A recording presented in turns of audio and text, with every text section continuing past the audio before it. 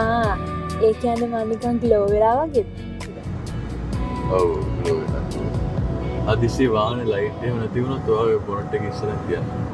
මොකක්? ඒක ග්ලෝ වෙලා. අනේ යනවා යන්නේ.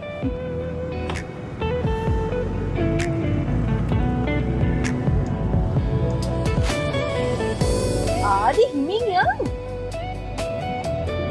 හිමින්.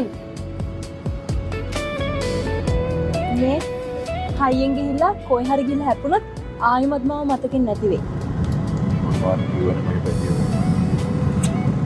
මට කවදාකවත් මම අපිට කරන්නේ නැහැ. හාකෝ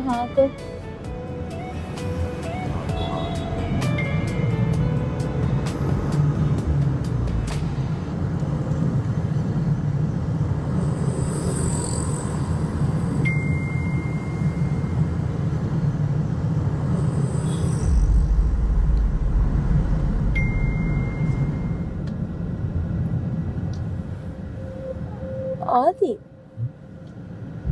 කවුද සරණි? සරණි කියන්නේ මගේ යුනිවර්සිටි යාළුවෙක්. මං අරවට කිව්වේ මගේ උදව් කිල්ලෝ කියලා. ආ මේ